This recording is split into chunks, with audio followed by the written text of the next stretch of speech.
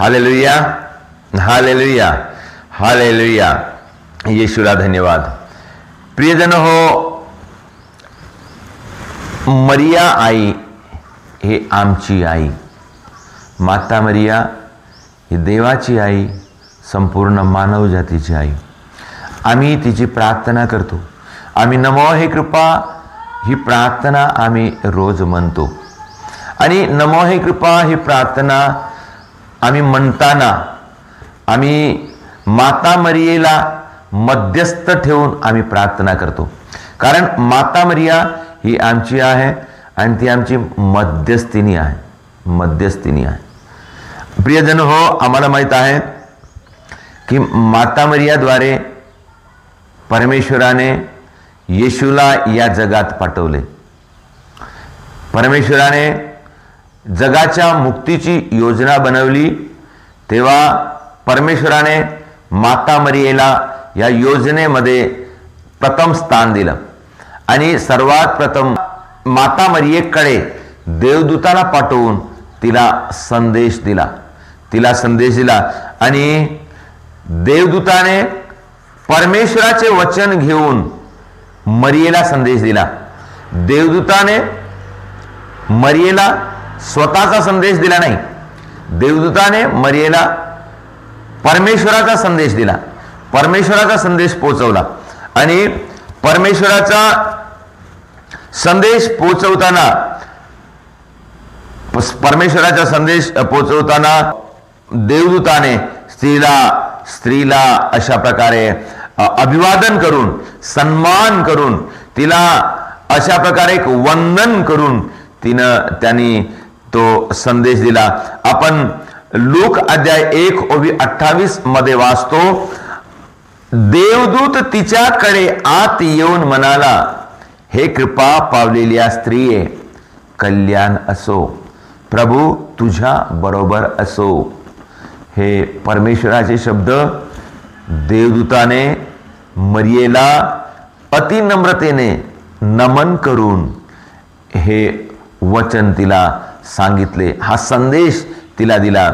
म्हणून प्रियजन हो, आम्ही सुद्धा जेव्हा प्रार्थना करतो तेव्हा ह्या शब्दाला आम्ही वारंवार उच्चारून आम्ही प्रार्थना करतो, अशासाठी की जेव्हा परमेश्वराने माता मरियेला मध्यस्थ घेऊन देवाच्या पुत्राला या जगात पाठवले आणि तिला पवित्र म्हणून घोषित केले, ती देवाच्या अगदी जवळ आहे, एकदम जवळची व्यक्ती आहे.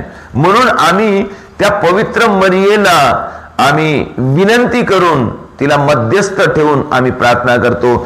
त्याच शब्दामध्ये, ज्या शब्दाद्वारे दूताने मरियेचे अभिवादन केले आणि तिला म्हटलं की हे कृपा पावलेली स्त्रिये, कल्याण असो, प्रभू तुझ्या बरोबर असो. आम्ही सुद्धा हे वचन जेव्हा वारंवार म्हणतो, तेव्हा हे वचनाद्वारे आमची प्रार्थना ऐकल्या जाते. आणि माता मरिया आमची आई आहे आणि ती आमची मध्यस्थता करते, म्हणून ती आमच्यासाठी विनवणी करील.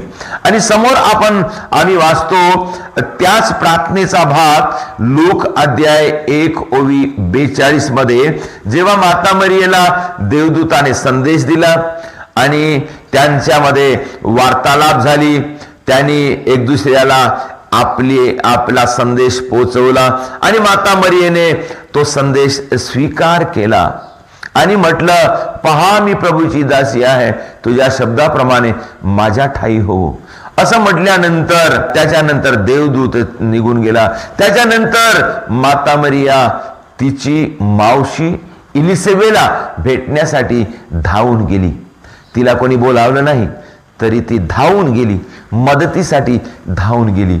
एलिसेबेतीच्या मदतीसाठी जी धावून गेली, तेव्हा मरियेला पाहिल्याबरोबर, मरियेचं दर्शन झाल्याबरोबर एलिसेबेने एक उद्गार काढला. कारण जेव्हा माता मरिया एलिसेबेतेकडे गेली, तेव्हा माता मरियाच्या उदरामध्ये जे पवित्र आत्म्याचं फळ होतं त्या पवित्र आत्म्याच्या प्रेरणेने एलिसेबा भरून गेली आणि तिच्या उदरातील बाळकाने मोठ्याने उडी मारली आणि तेव्हा तिला विशेष अनुभव झाला आणि तेव्हा एलिसेबेने उद्गार काढले, स्त्रियामध्ये तू धन्य व तुझ्या पोटचे फळ धन्य. स्त्रियामध्ये, संपूर्ण स्त्रियामध्ये तू धन्य आहेस. तिनं पवित्र आत्म्याच्या प्रेरणेने तिला समजलं, ती ओळखली आणि तिनं म्हटलं, स्त्रियामध्ये तू धन्य आणि धन्य तुझ्या उदराचे फळ येशू. अशा प्रकारे आम्ही ही प्रार्थना जेव्हा म्हणतो तेव्हा हे दोन शब्द प्रामुख्याने आम्ही वारंवार म्हणून आम्ही माता मरियेला मध्यस्थ ठेवून आम्ही परमेश्वराकडे प्रार्थना करतो. नमो हे कृपा पूर्ण मरिये, प्रभू तुझ्या ठाई आहे, स्त्रियामध्ये तू धन्य आणि धन्य तुझ्या उदराचे फळ येशू. एवढी जे प्रार्थना आहे ते आम्ही पहिल्या भागामध्ये म्हणतो आणि ती त्या पहिल्या भागामध्ये आम्ही माता मरियेकडे विनंती करतो आणि देवाचे शब्द आम्ही वारंवार, बायबलचे शब्द वारंवार आम्ही उच्चार करतो. आणि त्याच्यानंतरची जी प्रार्थना, दुसऱ्या भागातली प्रार्थना आहे प्रियजनो, आम्ही म्हणतो, पवित्र मरिये देवांचे माते, आम्हा पाप्यांसाठी आत्ता आणि आमच्या मरणाच्या वेळेस विनंती कर. याच्यामध्ये फार मोठा अर्थ आहे प्रियजनो.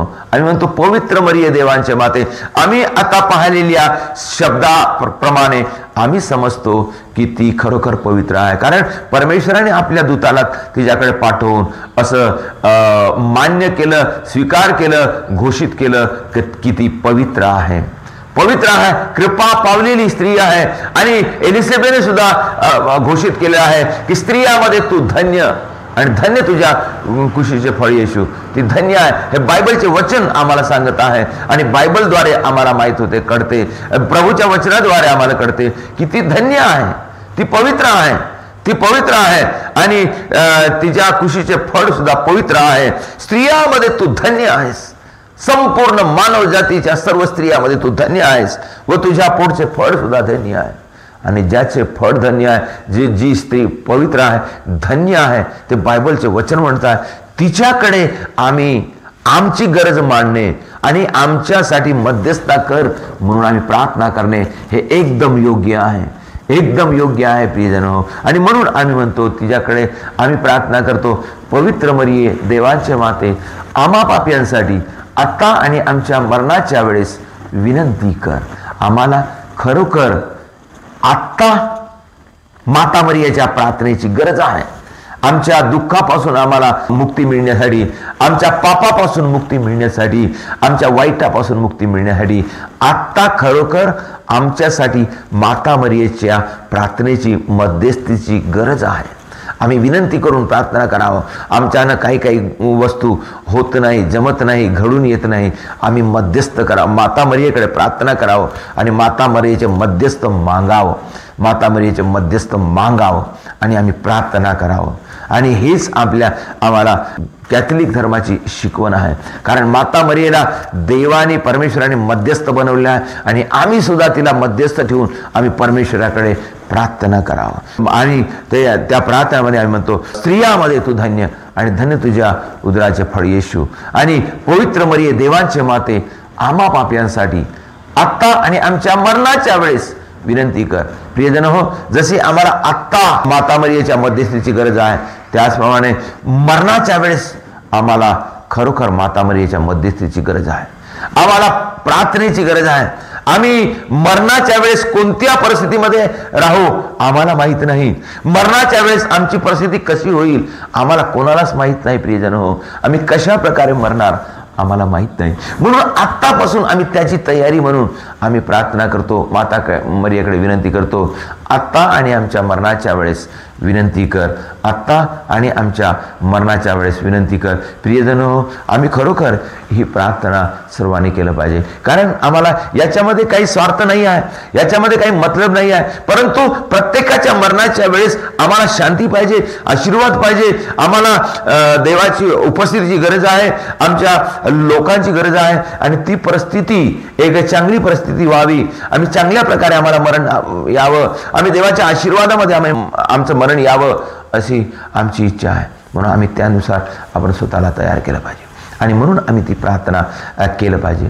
प्रियजन हो, आम्हाला माहीत आहे, आम्ही काना येथील लग्न या ठिकाणी आम्ही पाहतो. काना या ठिकाणी लग्न होते, काना या ठिकाणी लग्न होते आणि येशूची आई त्या घरी होती आणि येशूच्या शिष्याला आणि येशूला सुद्धा तिथं आमंत्रण होतं. आणि त्या लग्नामध्ये काय झालं आम्हाला माहित आहे. त्या लग्नामध्ये द्राक्षरस संपला आणि त्या भागामध्ये ज्या ठिकाणी हे घडलं त्या ठिकाणी लग्नामध्ये द्राक्षरस वाढणं अतिमहत्वाचं होतं. आणि जर द्राक्षरस संपला तर त्या घराची इज्जत जाईल. आणि ही अडचण त्यांच्यामध्ये आली. ही आईनं ओळखली आणि येशूकडे जाऊन तिनं विनवणी केली. आणि जेव्हा येशूकडे जाऊन तिनं विनवणी केली की यांच्यामधला द्राक्षरस संपला, तेव्हा येशूनं काय म्हटलं पहा. येशूनं म्हटलं ह्याच्यात तुझा माझा काय संबंध, याच्यामध्ये तुझा आणि माझा काय संबंध, माझी वेळ अजून आली नाही. येशूनं काय म्हटलं, माझी वेळ अजून, दोन गोष्टी म्हटलं, याच्यामध्ये तुझा आणि माझा काही संबंध नाही आहे, आम्ही फक्त पाहुणे आहोत आणि माझी वेळ अजून आली नाही. असं म्हटल्यानंतर सर्वसाधारणपणे आम्ही काय समजतो की आता येशू काही करणार नाही. मरियेला सुद्धा असं वाटायला पाहिजे होतं का आता याचं मूड ठीक नाही किंवा ह्या काही करू शकणार नाही, कारण याच्यामध्ये ह्या दोन गोष्टी सांगत आहे का याच्यात तुझा माझा काही संबंध नाही आणि दुसरी गोष्ट माझी वेळ आली नाही. असं येशूनं उत्तर दिल्यानंतरही प्रियजन हो, माता मरियेनं एक समोरची एक स्टेप घेतली, समोरची एक पायरी तिला गाठली. काय म्हणत आहे ती? म्हणत आहे एवढं नकारात्मक उत्तर मिळून सुद्धा ती चाकरांना म्हणत आहे हा तुम्हाला जे काही सांगेल ते करा.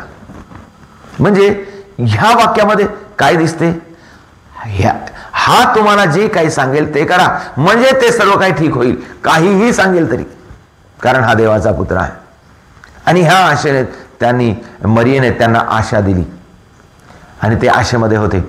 आणि आता याच्यामध्ये येशूनं तर म्हटलं का माझी वेळ आली नाही, परंतु आईनं सांगितलं म्हणून, आईचा अपमान होऊ नये म्हणून, आईवर त्यांनी जेव्हा आशा ठेवली म्हणून येशूचा वेळ आला नव्हता, त्याच्यामध्ये काही संबंधही नव्हता, तरी परंतु येशूनं त्या काना या ठिकाणी पहिला चमत्कार केला फक्त माता मरियेच्या विनंतीमुळे, माता मरियेच्या मध्यस्थीद्वारे, माता मरियेच्या मध्यस्थीमुळे तिने मध्यस्थ केली.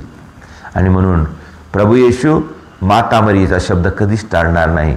आणि म्हणून माता मरियेनं त्या चाकरांना सांगितलं का हा तुम्हाला जे काही सांगेल ते करा. याची वेळ आली नव्हती आणि याचा काही संबंध नव्हता, तरी परंतु माता मरियेनं सांगितलं म्हणून येशूनं म्हटलं आता वेळ आली नाही म्हणता येत नाही, कारण खरोखर हे योजनेचा भाग आहे आणि योजनेचा भाग म्हणून आम्हाला हे करणं गरजेचं आहे. आणि माता मरियेच्या शब्दाला ऐकून येशूनं त्या चाकराला म्हटलं की रांजण पाण्याने भरा आणि तिथं येशूने चमत्कार केला. प्रियजन हो, येशूला या जगात येण्यासाठी जेव्हा परमेश्वराने माता मरियेला निवडले, म्हणजे तिच्या मध्यस्थीद्वारे माता मरियेच्या मध्यस्थीद्वारे येशू या जगात आला, तारणारा जगात आला. आणि येशूच्या ह्या आपल्या कार्याला सुरू करण्याच्या पूर्वी सुद्धा माता मरियेने मध्यस्थता केली. येशूचे कार्य सुरू करताना माता मरियेच्या मध्यस्थीने येशूने हा पहिला चमत्कार केला. आणि तेव्हा सर्वांना माहीत झालं की येशू चमत्कार करतो आणि सर्वांनी विश्वास ठेवला आणि अशा प्रकारे त्यांच्या कार्याला सुरुवात झाली. प्रिय बंधू आणि भगिनींनो, आमच्या जीवनात सुद्धा आम्ही माता मरियेला स्थान देऊन आम्ही तिच्या मध्यस्थीची आम्ही याचना करावं. प्रियजन हो, आम्ही माता मरियेची भक्ती नाही करत, माता मरियेला देव म्हणून नाही मानत, माता मरियेला आम्ही पूजन नाही करत, परंतु माता मरियेचा आदर सन्मान करतो आणि माता मरियेकडे आम्ही विनंती करतो आणि तिची मध्यस्थता मागतो की माता मरिये आमच्यासाठी विनंती कर. प्रियजन हो, याच्यामध्ये खरोखर फार मोठा अर्थ आहे, आशीर्वाद आहे आणि देवाची कृपा आहे आणि देवाची हीच इच्छा आहे की आम्ही माता मरियेचा मान सन्मान करावा. प्रियजन हो, आणि माता मरियेला आपण दूर ठेवू नये, तर माता मरियेला आपण येशूची आई म्हणून मान सन्मान करावं, आदर सन्मान करावं आणि तिची मध्यस्थता आपण आमच्या जीवनामध्ये घ्यावं.